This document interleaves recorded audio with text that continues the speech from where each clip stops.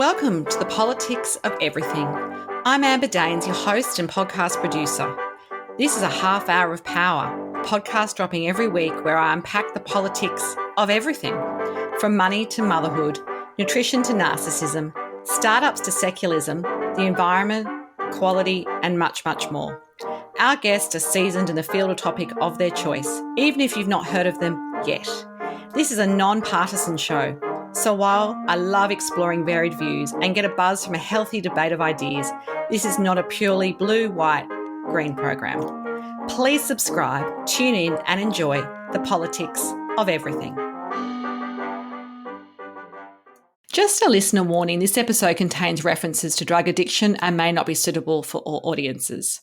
Everybody loves a comeback story, from the late Steve Jobs being fired from Apple, the company he started, and then returning to launch the iconic product like the iPhone, to basketball legend Michael Jordan coming out of retirement to lead the Chicago Bulls to 3 championships glory episodes. These are the stories of legends. There is something magical, inspirational, and remarkable about any underdog coming from behind to knock down Goliath and then become an icon. My guest today has a classic comeback story that involves struggles, personal demons, and corporate glory, then failure and ultimately success, which he enjoys today.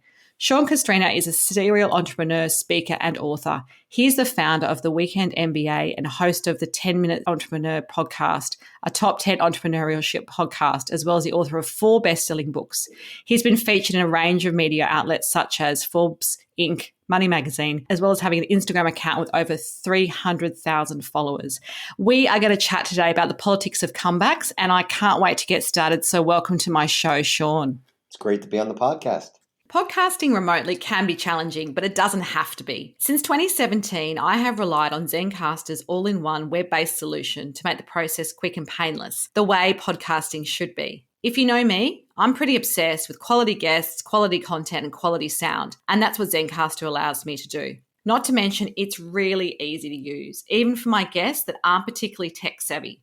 There's nothing to download, they just click on the link and we start recording. Zencastr is all about making your podcasting experience easy, and with everything from local recording to automatic post-production all in the one tool, you don't have to leave your browser to get each episode done. I want you to have the same great experience that I do for all my podcasts and content needs. So I have a special offer for you. If you go to zen.ai/politics of everything and enter this promo code, you'll get 30% off in your first 3 months when you sign up to Zencastr Pro. That's zen.ai, politics of everything. It's now time to share your story. Excellent. So can you remember what your first paid job was? And that might have been in high school even. And kind of, did that set you up in any way for what was to come in terms of your corporate career and then your business career? You know, I just knew I didn't want to be poor. So I'm going to start with that. But actually, I mean, does anybody? Let's be honest. Yeah, I tell you what, a lot of people are doing a really good job at it. But I remember I started a lawn mowing business, and I'm just going to parallel it because I had 2 jobs. So I had a lawn mowing business, and we got paid $3 to mow these townhouses.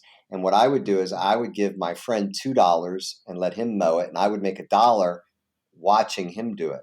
I would just get the jobs, and I knew then at 13 that okay, this is how to do it. Like, okay, I'd rather make 1/3 and do nothing than have to actually do the work. And you know, I could just, all I had to do is get the accounts.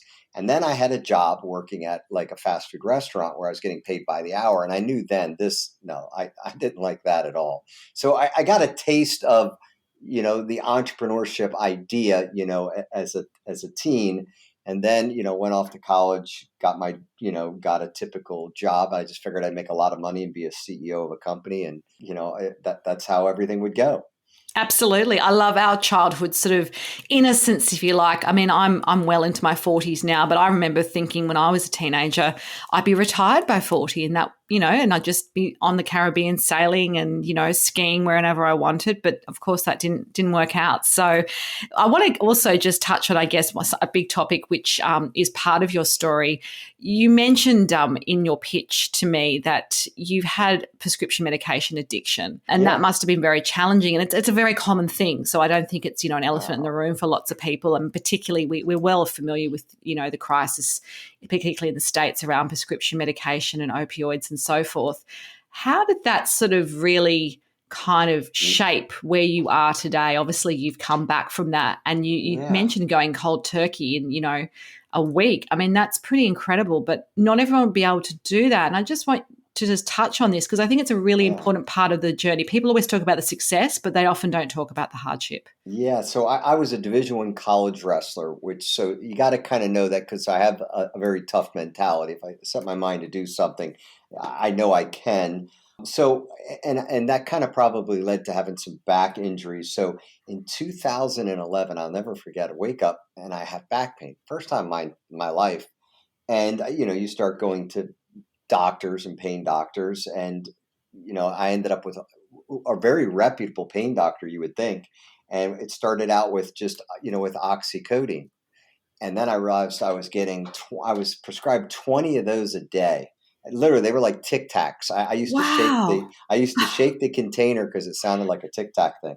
And I would Yeah. have to call my pharmacy in advance, like 3 days to get the prescription because it would be like 600 of them, 630, I think was the exact amount.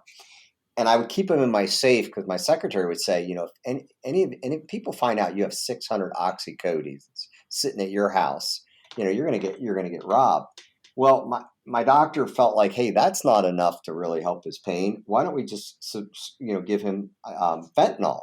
So he prescribed me 50 milligrams of fentanyl every 3 days, and then it became 75 milligrams of fentanyl every 2 days.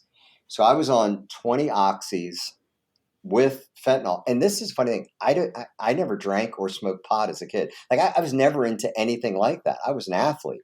I don't even drink coffee. I'm not even into caffeine. So, This is extreme. This is yeah. nuts.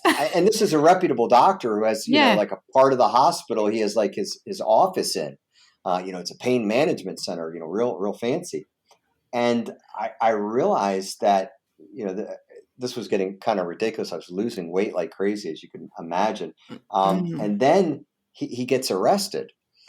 And I tried to get my prescription somewhere else. And I figured it was like I would just go to another pain doctor and they'd prescribe it to me. And that's when I got the rude awakening. Like the doctor was like, and he knew I was because I've done TV commercials with my companies and things like that. So he knew, my personality, he kind of can read me really quick. And he's like, Sean, you're not going to like what I'm getting ready to tell you. He goes, but there's Wow. not a doctor in the United States, because this was like 2016 when the election was, and it was really big, Yeah. opioids. He goes, there's nobody that's going to prescribe you this. Like the chances of you getting a fentanyl prescription right now is 0 and 0, let alone, Absolutely. the oxys. And he said, not only that, he said, fentanyl for what you're getting should be for a cancer person who's got 5 years to live. So that Because was when you decided just to go cold turkey? yeah, because man, my doctor's like, nobody's going to give it to you. He goes, Yeah. but he goes, so you're going to need to go into a rehab center, Oh my goodness. This is right? Which that was nuts. never going to, yeah, right. And so my family physician actually gets me 5 patches of fentanyl. He's like doing it out of being my doctor for 20 years. He goes, get your affairs in order. This will give you 1 week to get your affairs in order, because obviously you need to go into rehab based on the fact that you can't get any, nobody's going to prescribe it. And that was on a Friday. I still have that pack of 5 up in my safe to remind me. And so I went to the beach I just called my buddies and from college and rented a beach house and went cold turkey. Went there on a Friday. By the following Wednesday, I kind of had the days figured if I could do 5 days and then 7. So I started on that Friday, and then by the following Wednesday, I was cold turkey. And if I could make it 6 days, I knew I was over the hump. They said 5 days was the real, Was the tough one. yeah, Yeah. yeah, because they compare it to Is it just like heroin. a movie? Like I've never actually had to detox from anything, but is it like a movie where you get the shakes and you Oh kind my of God, everything. You terrible? cannot sleep. You're Yeah. freezing cold. I mean, it's 100 degrees. I'm at the beach. I feel like I'm like 20 degrees below zero. You can't sleep at all. Which And is you're just torture in itself. agitated. Yeah, it is. No, it really is. I said thankfully I don't have any guns, because if I had one, I'd be afraid what I might do. But yeah, you can't sleep. I remember that was the hardest part. I couldn't sleep. So then Mm. I come back and because I have a follow-up appointment with my doctor, and I walk in and I go, I quit. And he goes, well, what do you mean? I go, well, I quit. I go, it was way too inconvenient to go to rehab for I don't 60 have months. time for I that. said, really? I said, I didn't have time. I said, that was the motivator. Yeah. The motivator was going to rehab. I just did not know how that was going to fit in my schedule. So I quit. And he said to me, because I've never had anybody quit both. He Yeah, said, that's he goes, incredible. yeah, he said, never, I've never had anybody cold turkey fentanyl. Like never, Yeah. and he said, never, ever. He said, it's unbelievable. He said, you have a prisoner of war mentality. And, Obviously. yeah, clearly, or Which I'm is just in might have five something to do with being a relations. serial entrepreneur. Maybe it's just that, high pain, high risk threshold, high detox threshold. It all comes together as a I package. think that, and I hate inconvenience. I don't like to be in Yeah, traffic. absolutely. I have no patience. The idea of just sitting into a rehab center in these little groups talking about why we're all drug addicts, my head would have exploded. So, yeah, I tried it, did it a different way. Hats off to you. Touching much more on the entrepreneurship side of things, which obviously has been a big part of your journey as well. What do you think are the steps for a comeback? I mean, is there a process you think that comebacks kind of a trajectory, if you like, that they go along? And is it something that we all can achieve? Obviously, not everyone has the willpower and focus that you do, but is there a couple of examples of how you've really just made that comeback in various ways? And it could be, relaunching a business or starting a business from scratch at a later age. I think it's all very well to start a business in your 20s and be successful. Far harder to have all that stuff taken away from you and start again in your 40s or 50s or beyond, in my view, Yeah, anyway. I agree. I try to tell people, don't take a risk in your 50s. No, I really, I believe it, because It's more at you don't have enough stake. time to Yeah. make, yeah, you don't have time to make it back up. And I've seen people do really dumb things financially in their 50s. And I tell them, man, beta test something really, really small. See if it works. Never put a great, Don't mortgage your you house got on to it, be maybe. careful. Exactly. Yeah. I mean, that's just not very wise to me, so I don't think that way. But I think the key to any comeback is, okay, where are you at? You got to kind of take stock of where you're at. Yeah. Do you have to Okay, hit rock bottom though? You know that comeback, it is an up I down don't, thing, but there are people who might be on a downward slide in their business at the moment and know they need to pivot. yeah, I don't think necessarily you have to be at rock bottom. Hopefully you can kind of catch that you're on the way down the sliding board, and you kind of catch yourself a little bit. So I don't think you want to wait to your rock bottom to do this, but I think you just kind of look at where you're at and you're like, okay, wait, this trajectory is not good. Like I'm going back this way, the business is not doing well, or my career is not doing well. And you kind of figure out some way to put the brakes on. And then you start creating the old thing is, insanity is doing the same thing over and over, expecting a different result. Okay. How can you stop what's currently happening? And how can you move in a direction that's so motivating to you? This is the key. You have to have something that's so motivating to you that you're willing to either change or the strategy, or endure the pain of, maybe you have to do two things at once. Maybe you have to stick at your job Yes. while you're doing a startup. See, I don't believe you ever Yeah. quit a job to do a startup. You have to earn the right to quit a job. There's 168 hours in a week. So figure it out. You can split your days. You can work before you actually go to work. When you get home from work, you can work on weekends. There's so many things you can do if you're ambitious. But I think you just have to figure out what would motivate you. What would be so motivating, and yet realistic. I think our brain, especially if we're on like a downward trajectory, our brain has a hard time accepting challenges sometimes. It quickly says, well, that's just too hard. I'll never do that. So I think you got to pick something that's challenging, but that your brain doesn't Yes. reject. Absolutely. Yeah, I think you're right. And then, right, and set some steps that you can hit. Like, you're not going to do Rome wasn't built in a day. So let's say it's a it's a big goal to start this business. Well, maybe you break it up over 52 weeks. So it's okay. The first week I'm going to do this. Second week I'm going to do this. Third week, literally, just create an index cards and write one thing on each of these 52 index cards. And each week you work through one, and boom, then you go to the next one, just like you're going through a deck of cards. There's many ways to do that, but I believe in trying to do something where it's realistic, that you have a high probability of success, where again your brain doesn't reject it. It's something that okay, I'm not going to do this over 1 month. Okay, I'm going to set my trajectory over maybe 12 months or a year, things like that. I like massively big goals, but I think if you're on the comeback, You Break got to it hit this, down, you maybe. got to Yeah, get a bite-sized couple pieces. victory. Yeah, you got to get a couple victories. Yeah, absolutely. So, in your business planning process that you rate as quite vital, and I agree, every business needs a plan. Otherwise, it's just like a bit of a dream, right? There's no goals, there's no objectives to kind of reach. But particularly in this volatile startup world, it's easy to have just a great seed of an idea and think that's going to be enough. But what's some of the processes of business planning that you think are tried and true, no matter what industry you might be in? Yeah, I mean, to me, I'm like, just put as much planning into your your business plan as you would an overseas vacation.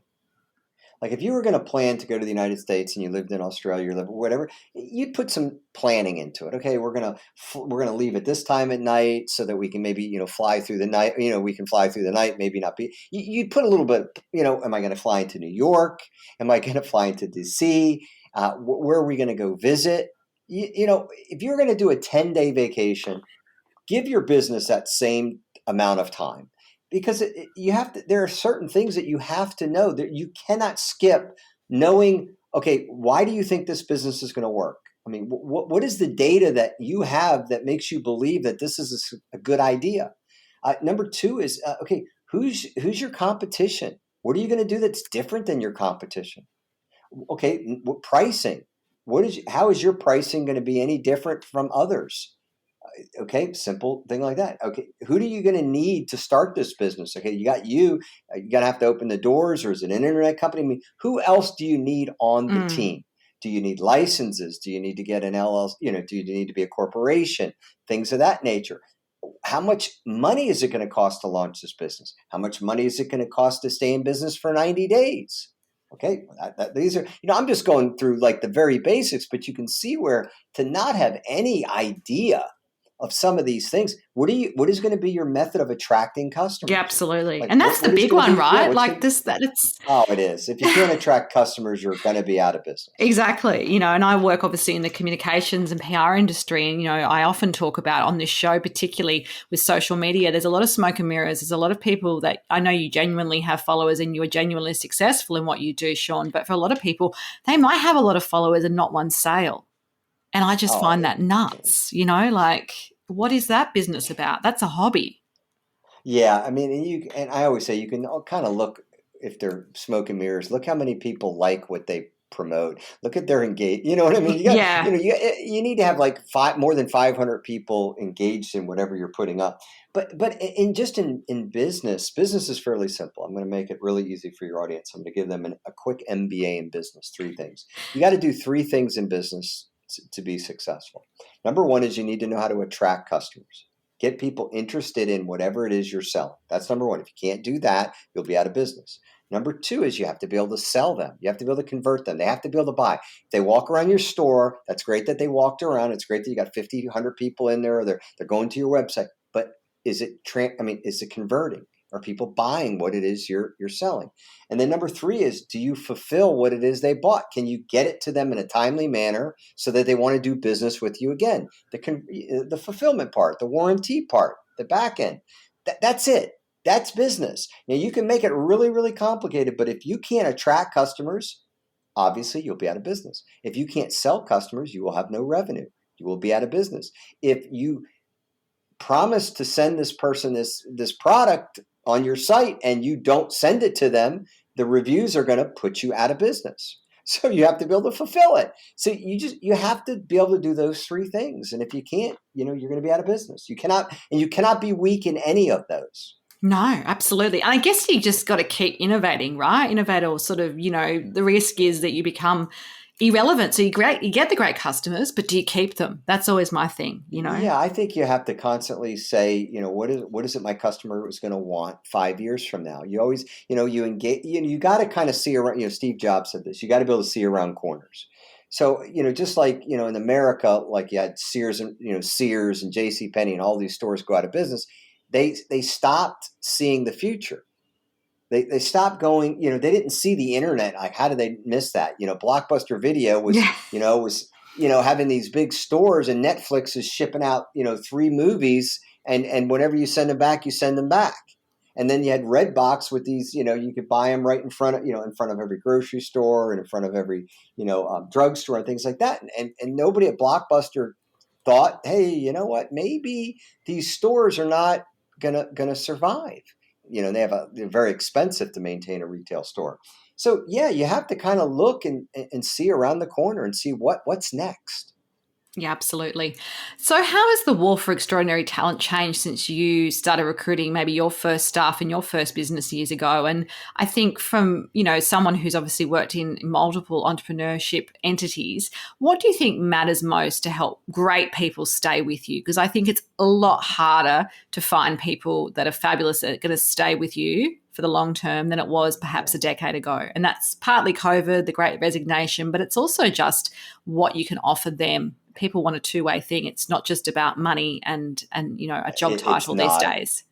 Yeah, there's so many things that keep people with you. I've just a few that I know that some people it's money. Okay, it is. There's no doubt about it. Number two is some people it's flexibility. I have a guy who works for me. He wants to get home so he can take his son to football practice. And that's important. I've had guys who want to take their kids, didn't want to miss any of their kids' baseball games. I had a secretary who during the spring loved to ride horses, so I'd let her out early. Whatever it is, so that's people want flexibility. That's really important. Some people want a seat at the table in that you want them to run a division. Well, they want to be involved in the decision making. Yeah. They want to feel like they're involved in whatever direction we're going. They want to have some input in it.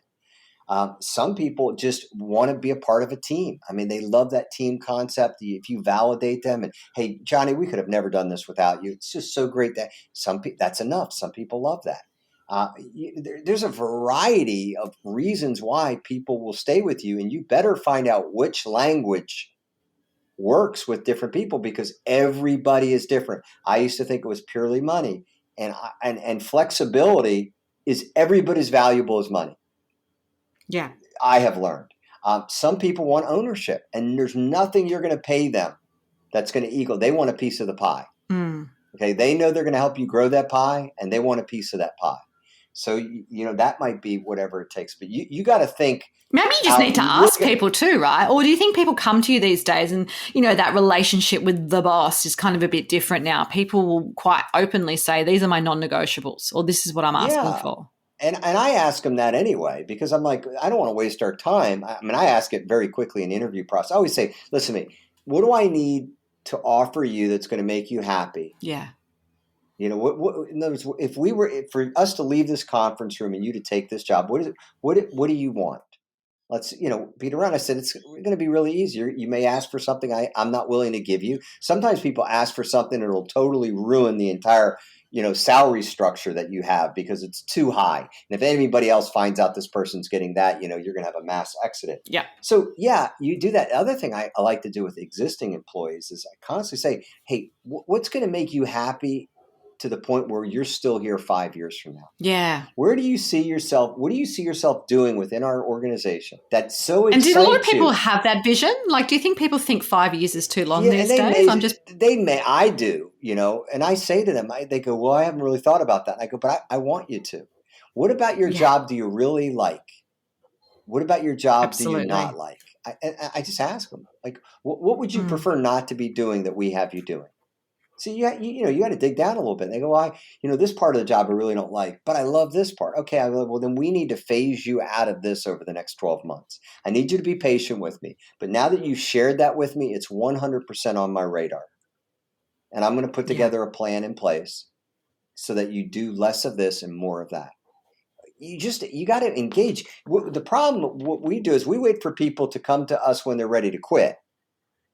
They already have a job offer. And then we start throwing them everything. They're like, well, why didn't you offer me that? Why did it take me getting ready to quit for you to offer me that?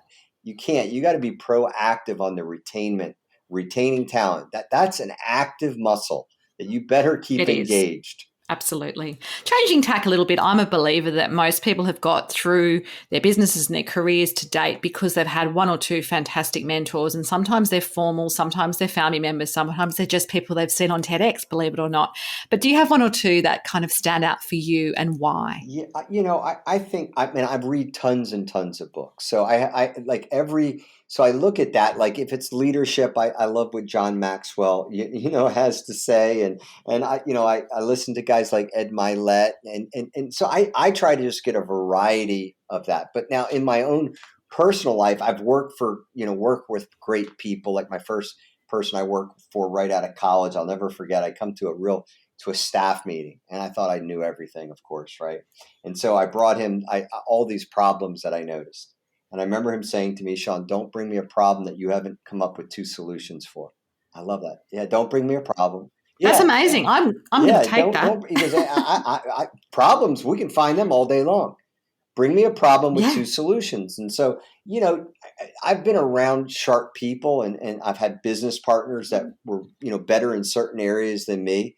So I've always just tried to. That's important, though. I think that's great to sort of, not have a mirror Yeah, image of they're yourself in a opposite, and they're business. smarter than me in areas that I'm not as smart, and there's areas that have strengths. So what I've done more than anything regarding the mentoring is I've always surrounded myself with business partners. I have partners in all my businesses, and that's allowed me to kind of not have to be great at everything. So I don't, I Yeah. can stay in my strike zone. Don't have to be a master of Right. My everything. strike zone is probably recruiting and retaining talent and getting things Yeah. off the ground. And then I get bored and I want somebody Yeah. else to take it over, and then I want to go start something else. But they're probably the things I do really well. And I think today you're right when you talk about TEDx.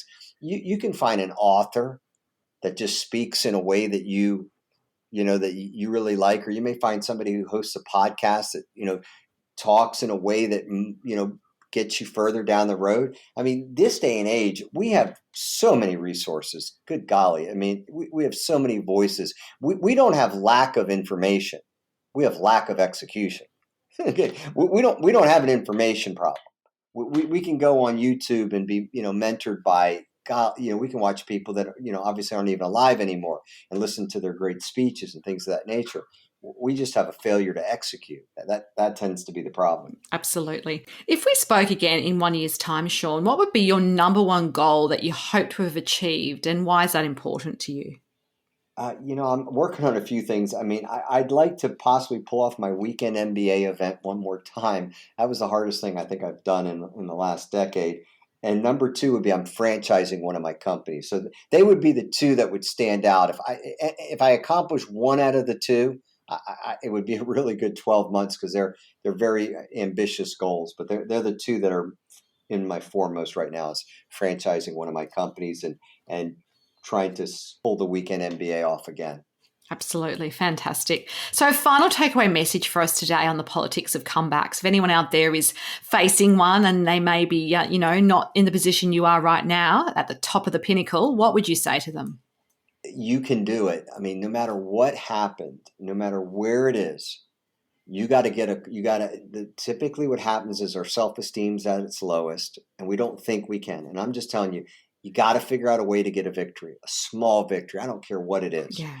And you got to get habits that make you feel like you're maybe that's jumping out of bed in the morning, exercising. You got to get little victories. I don't care where they are. You got to start getting some victories, some self-discipline victories, some little things. And you'll be shocked where you're at a year from now. We always want the comeback to happen quickly. It generally doesn't. So just try to set some obtainable goals and break the year into 90-day segments. So that way you'll get more done. So set some goals for the next 90 days. When you get through those, set some goals for the next 90 days, and typically improve your habits. Generally, when we start slipping back, and the reason why we have the problem, we got some bad habits. Whether that's just we're lazy, or, we've lost some ambition, whatever the case may be. Get better habits. Get better Absolutely. habits. Break the year into 4 chunks, and try to get some wins under your belt. Look, I've loved our conversation today, and I'm sure our audience has had some great value takeaways as well. If you do want to connect further with Sean, of course, there'll be some details on the show notes. As always, until next time, take care. Thank you so much. Thanks so much for listening today. If you've enjoyed the politics of everything, I thrive on your feedback. So please add a short review and share the podcast with your network through Apple, Spotify, and all the usual suspects. I'm always on the hunt for new and diverse guests, so if you or someone you know has a fresh idea you're busting to get out there, please email me at amber@amberdanes.com and my crew will get back to you very soon.